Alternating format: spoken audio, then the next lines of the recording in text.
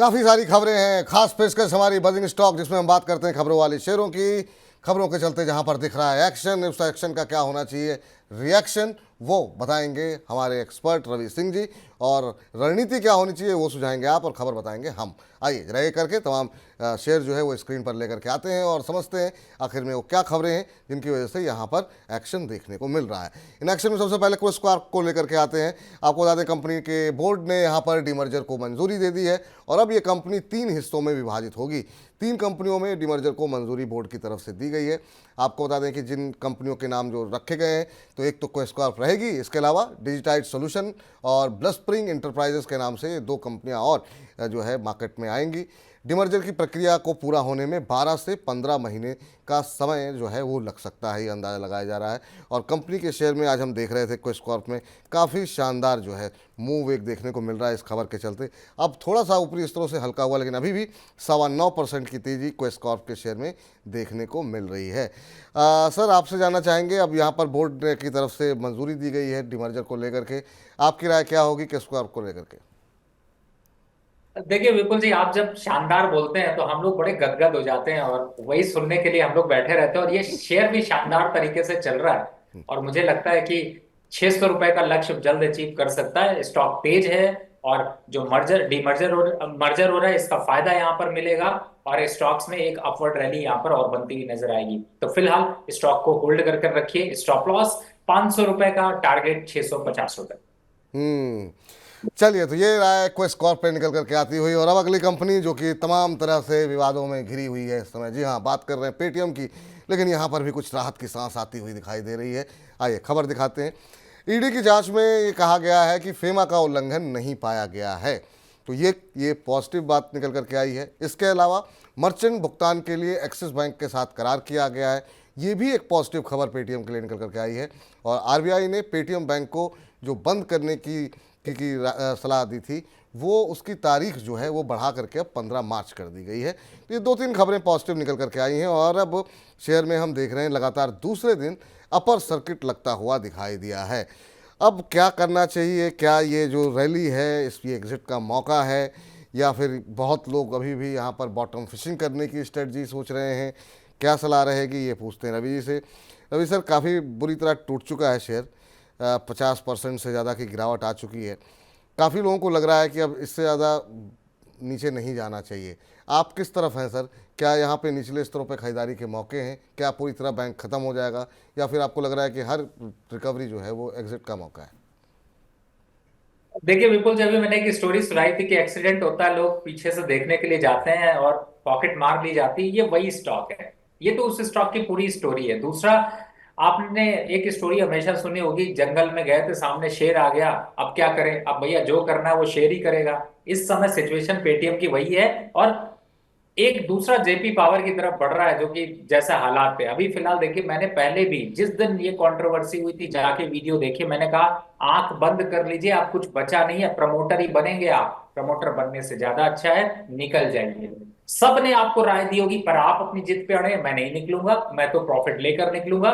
कभी प्रॉफिट नहीं आएगा। अगर आप सोच रहे हो कि 2100 का लेवल आ जाएगा तो आपकी दूसरी जो है वो जनरेशन लग जाएगी और शायद उस तक वो बचे भी ना। समझ रहे होंगे मैं क्या कह रहा हूं? बहुत हार्ड कमेंट कर रहा हूं, आपको बुरा लग सकता है, लेकिन सर पैसा मुझे आपका बचाना है। जो बचा वो कुचा है। 300-350 रुपए का स्टॉक चल रहा है, 400। आपने हो सकता है 1000 में लिया हो, 1500 में लिया हो, आईपीओ पे लिया हो या 600 पे लिया हो, कहीं और से रिकवरी कर लेंगे। जिन स्टॉक्स की चर्चा कर रहे सामने एग्जांपल है पीटीसी, एनएचबीसी, ये डबल हो जाएंगे, पैसा रिकवर करा देंगे, ज्यादा क्वांटिटी खरीद सकते हैं। इस शेयर में रहेंगे तो कैंसर होता है ना, कैंसर बॉडी में, वो कैंसर बना रहेगा, तो कैंसर से बचिए। हम्म कैंसर से बचिए, ये राय निकल कर के आती हुई, और इस बीच जो है 1000 से ज़्यादा दर्शक हमारे साथ बड़ी संख्या में बने हुए हैं।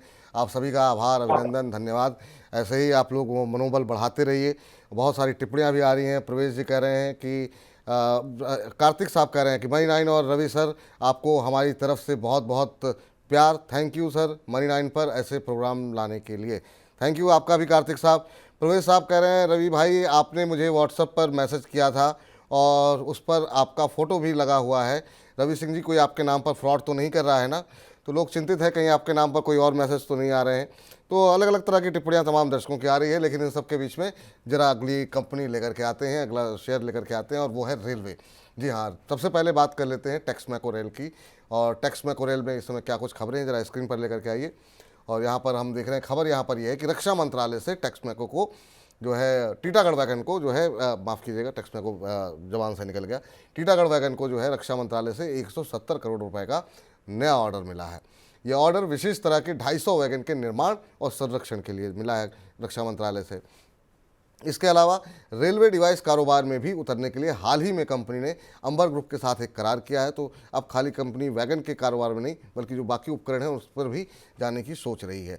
टीटागढ़ में आपको एक और खबर है कि तीसरी तिमाही में जो कंपनी ने रिजल्ट घोषित किए थे, उसमें कंपनी का मुनाफा डबल से ज़्यादा हो गया, 125% बढ़ा, 130% बढ़ करके 75 करोड़ रुपये रहा है। ये तमाम वो कारण रहे जिसकी वजह से जो पॉजिटिव सेंटिमेंट जो है एक बार फिर से रेलवे शेयरों में बनता हुआ दिखाई दे रहा है। पूरे रेलवे शेयरों में बहुत शानदार तेज़ी देखने को मिल रही है। और अगर एक एक करके जरा इन कंपनियों को स्क्रीन पर लेकर के आए, टीटागढ़ वैगन इस समय जो है 4.25% ऊपर कामकाज करता हुआ करीब 998-70 का भाव यहाँ पर देखने को मिल रहा है। आरवीएनएल की बात करें, यहाँ पर 7% से ज़्यादा की तेज़ी है, अब 270 पे ट्रेड करता हुआ। और कब आपने दिया था सर रवि सर ये वाला, ये पिक तो ऐसी रही कि मतलब बहुत लंबे समय तक लोग जो है इसको याद रखेंगे। काफ़ी शानदार मूव रहा है। इरकॉन इंटरनेशनल 4.25% ऊपर, IRFC 3.25% ऊपर, IRCTC 1.25% ऊपर। इन सब में हम देख रहे हैं काफ़ी शानदार मूव। रेलवे को लेकर के अभी सेंटिमेंट क्या बन रहा है सर? और ख़ास तौर से जो IRFC के ऊपर हमारे बहुत सारे दर्शक बहुत देर से परेशान थे और बैक टू बैक सवाल आ रहे थे, 3% के आसपास की मजबूती है, 160 का लेवल देखने को मिल रहा है। इस पर भी आपकी राय जानना चाहेंगे। विपुल जी, मैं इसमें रेलवे के सभी स्टॉक्स को एक बार कवर कर लेता हूँ, बस थोड़ा समय ज्यादा लग ही जाएगा, नहीं, लेकिन कोई बात नहीं। इंपॉर्टेंट है। देखिए, IRFC सबसे पहले 152 पे वापस से बाय करा जा सकता है, अभी टारगेट देखते हैं 175 का। आरबीएनएल पे मैं बहुत ज्यादा फंडामेंटल टेक्निकल पे नहीं जाता हूँ, टारगेट आपको बताने की कोशिश कर रहा हूँ जिससे आप नोट कर लीजिए, छूट जाए वीडियो पीछे करिए, नोट कर लीजिए। आरबीएनएल वापस से एक अपवर्ड ट्रेंड की तरफ फिर से मूव कर रहा है। पहला बाय लेवल आता है 260 और 250, और स्टॉप लॉस अगर देखते हैं तो यहां पर 235। टारगेट कितना होगा? 320 रुपए का। इरकॉन 233 रुपए चल रहा है, बढ़िया लेवल चल रहा है, फ्रेश ब्रेकआउट के साथ चल रहा है। 270 रुपए का पहला टारगेट है, नीचे आ जाए तो बहुत अच्छा है, अगर 210 मिल जाए 200 के स्टॉप लॉस से इसको भी बाय करके चले। रेल टेल की बात कर लेते हैं, दमखम अच्छा, वापस से 440 दिखने वाला है, पोजीशन पड़ी है, पड़ी रहने दीजिए। फ्रेश बाय करना है करंट लेवल से 360 रुपए तक एड ऑन कर सकते हैं। राइट्स को भी नहीं भूल सकते, क्योंकि राइट्स में भी जबरदस्त मोमेंटम दिखा। 680 के बाद 750-60 चल रहा है, अपवर्ड मोमेंटम रहेगा, 850 रुपए तक जाता हुआ नजर आएगा। टीटागढ़ वैगन का मैंने पहले भी आपको बता दिया है कि वापस जहां पर लेना है वो है 850 से 950 के बीच के 60 के लेवल, और टारगेट 1200 रुपए तक जाता हुआ। टेक्स रेल को भी एक बार फोकस कर लीजिए, 191 चल रहा है, अपसाइड टारगेट देखते हैं तो 220। नीचे साइड पे खरीदारी कहां करनी? 180, 190, 185, स्टॉप लॉस 170। तो ये आपके सारे स्टॉक्स मैंने लगभग कवर कर लिए, कोई छूट गया हो तो माफ करिए। IRCTC को मैंने कवर नहीं किया, क्यों? क्योंकि मैं इंतजार कर रहा हूं इसके 750 और 850 के बीच के लेवल, उनके बाद एंट्री बताऊंगा। तब तक रेलवे के दूसरे काउंटर पे फोकस कर लीजिए। एक और स्टॉक रह गया कौन कौन, जो मुझे याद आ गया। आप सर रुक ही नहीं रहा है, मैं कहाँ एंट्री करवाऊं आपको, मुझे ये समझ नहीं आ रहा, लेकिन हाँ टारगेट 1250 है, तो आप धीरे धीरे करके आप एकोमुलेशन कर सकते हैं। तो उम्मीद करते हैं रेलवे शेयरों को लेकर के जो भी प्रश्न थे आपके, उन सब पे उत्तर मिल गए होंगे। इस बीच G5 इंटरनेशनल के नाम से इन्होंने अपनी आईडी बनाई है, कह रहे हैं रवि जी के साथ जोड़ी नंबर 1। तो शुक्रिया, धन्यवाद आप लोगों को, कार्यक्रम और जोड़ी पसंद आ रही तो बहुत बहुत धन्यवाद आप सभी लोगों का। चलिए अगली कंपनी जरा स्क्रीन पर लेकर के आते हैं और देखते हैं कि वहाँ पर क्या कुछ खबरें निकल करके आ रही हैं। और ये है NHPC। NHPC पे हालांकि हम काफ़ी डिस्कशन कर चुके हैं, लेकिन एक छोटी सी टिप्पणी लेते हैं। खबर आपको पहले बता दें कि कंपनी के जो 300 मेगावाट के सोलर प्रोजेक्ट के लिए आधारशिला रखी गई, प्रधानमंत्री नरेंद्र मोदी ने इसकी आधारशिला रखी है। और ये राजस्थान के बीकानेर में प्लांट लगना है, और इसके लिए प्रधानमंत्री नरेंद्र मोदी ने यहाँ पर आधारशिला रखी है। प्लांट में 1732 करोड़ रुपए का निवेश जो है वो किया जाएगा, और सितंबर 2024 तक इस प्रोजेक्ट को पूरा कर लेने का लक्ष्य रखा गया है। और कंपनी के शेयर में हम देख रहे हैं 5% से ज़्यादा की तेज़ी जो है वो आज शुरुआती कारोबारी सत्र में देखने को मिली थी। अब थोड़ा सा हल्का हुआ है, लेकिन अभी भी हम देख रहे हैं 3.25% ऊपर है।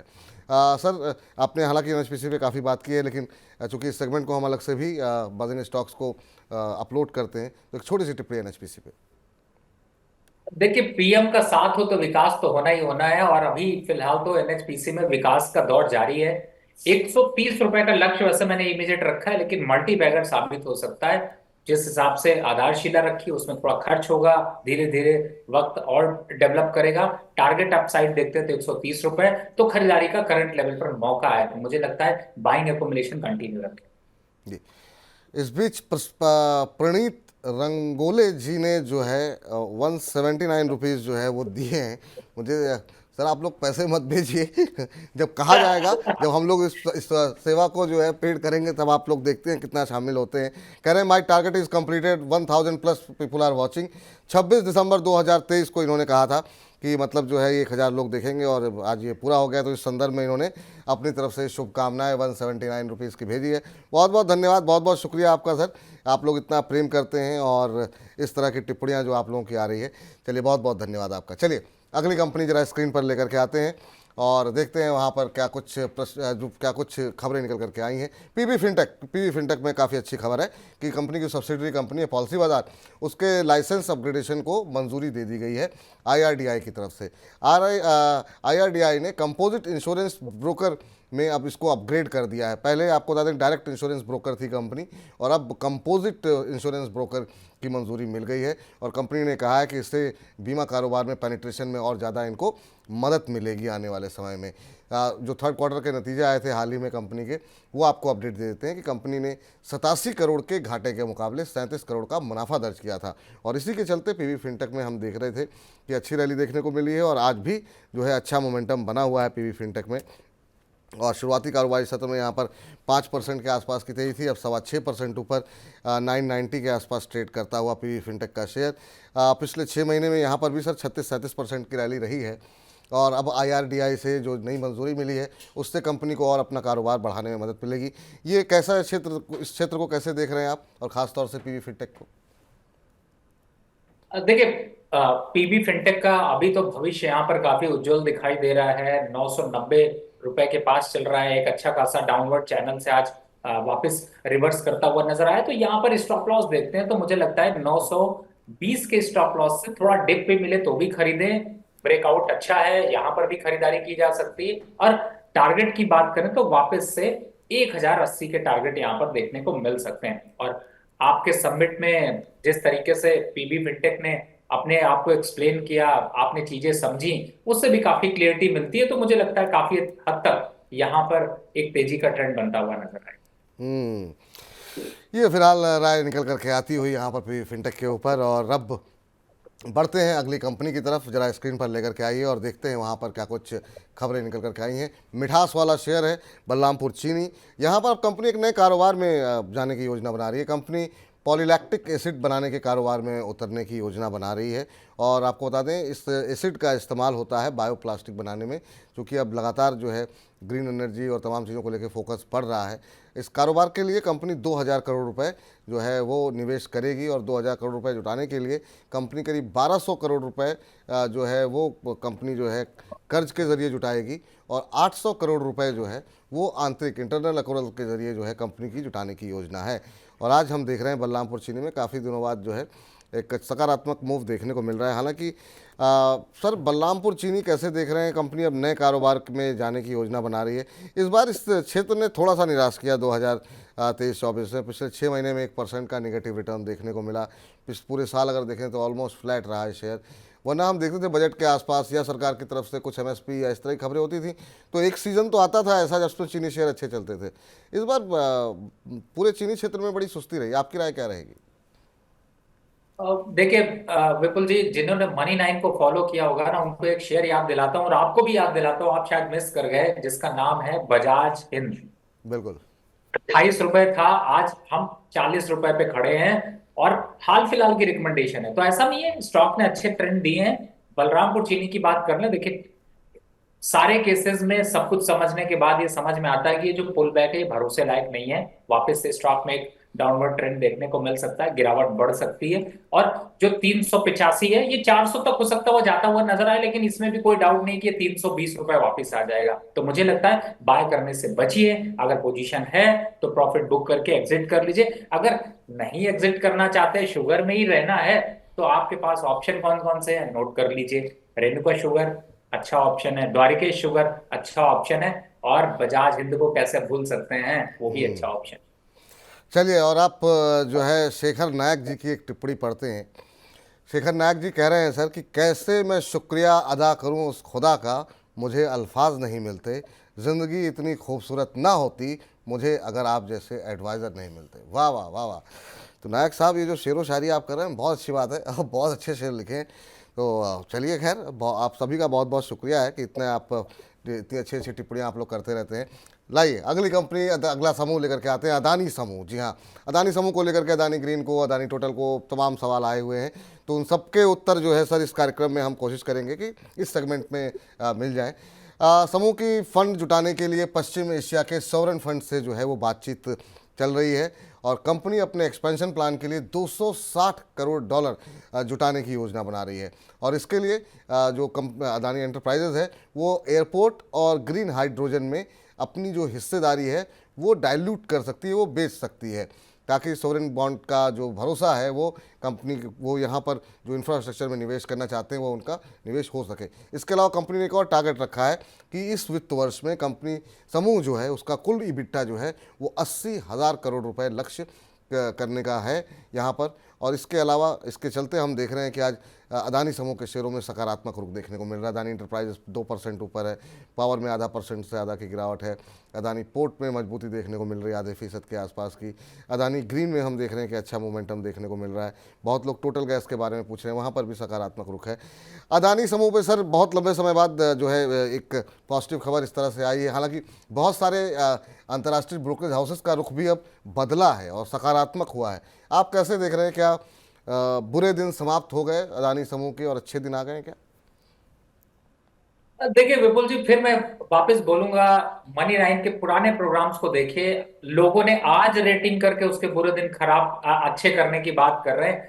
हम आपको रेट याद दिलाएं। अदानी पोर्ट वही है जिसे 750 पे रिकमेंड किया था, ग्रीन वही है जिसे 1600 रुपए में रिकमेंड किया था, और अदानी पावर वही है जिसे 160 रुपए पे रिकमेंड किया था। नोट कर लीजिए, मैं कोई गलत बात नहीं बोल रहा, पीछे हिस्ट्री में चेक कर लीजिए। तब से हम लोग यहाँ पर बुलिश हैं। अब तो प्रॉफिट बुक करने की बारी बोल रहे थे कि यहाँ पर थोड़ा थोड़ा प्रॉफिट बुक कर लिया जाए, लेकिन स्टॉक अभी तेजी में है, न्यूज आपकी इंपैक्ट है। और चाहे Adani solution, Adani green, Adani port, Adani power, Adani total gas, AWL भी यहां से अधिक 3 से 5% तक बढ़ते हुए और नजर आ सकते हैं। तो पोजीशन है, होल्ड करिए। फ्रेश बाय करने के लिए थोड़ा रुकिए, वेट करिए, क्योंकि उनके स्टॉक में हम फिर से लेते रहेंगे, देते रहेंगे आपको अच्छी अच्छी रिकमेंडेशन, तब आप लीजिएगा। लेकिन अदानी ग्रुप में अभी 3 से 5% की तेजी दिख सकती है। तो ये रहा है फिलहाल निकल करके आती हुई अदानी समूह के ऊपर। उम्मीद है आप लोगों को उत्तर मिल गया होगा। तो फिलहाल के लिए बजिंग स्टॉक्स में इतना ही।